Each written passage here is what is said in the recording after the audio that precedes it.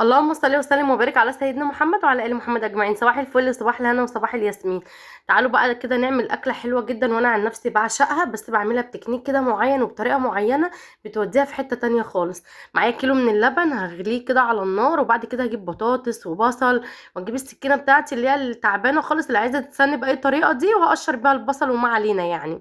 قشرت كده بصلتين كبار محترمين، وبعد كده هقشر كيلو من البطاطس. عندنا بقى روتينات اليومين دول جامده جدا جدا جدا، وبنبقى عايزين نعمل اكل مستعجل واللي هو الاكل السريع. يعني انا عن نفسي ببقى عايزه يقولوا لي نضفي وروقي وهنجيب لك الاكل من بره اليومين دولت. لاني بصراحه اليوم مش مستحمل الحاجتين مع بعض خالص.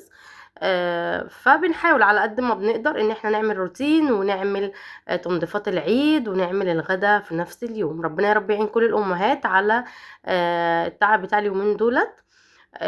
احنا مش هنقلب القلبة اللي هي الكبيرة قوي، لان احنا لسه قلبين مرتين، مرة في العيد ومرة في رمضان ومرة قلبة الصيف.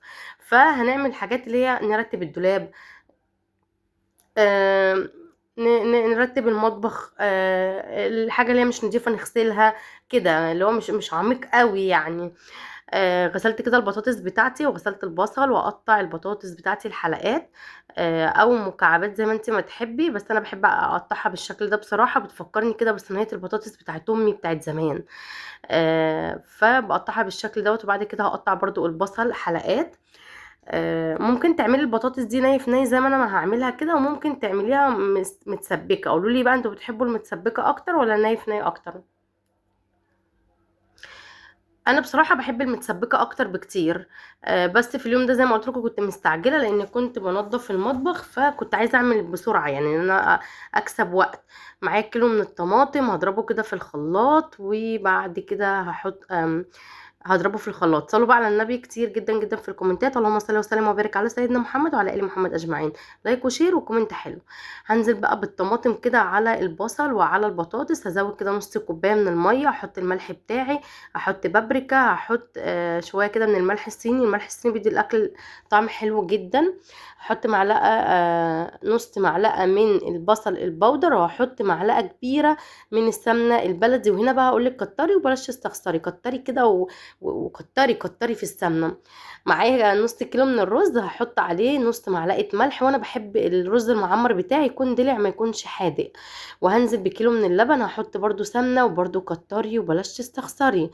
آه هحطه بقى، ادخله النار على الشوايه ياخد لون من فوق الاول، وبعد كده هشغل عليه الفرن. هيقعد حوالي بتاع ربع ساعه بالكتير قوي في الفرن ويستوي يبقى زي الفل.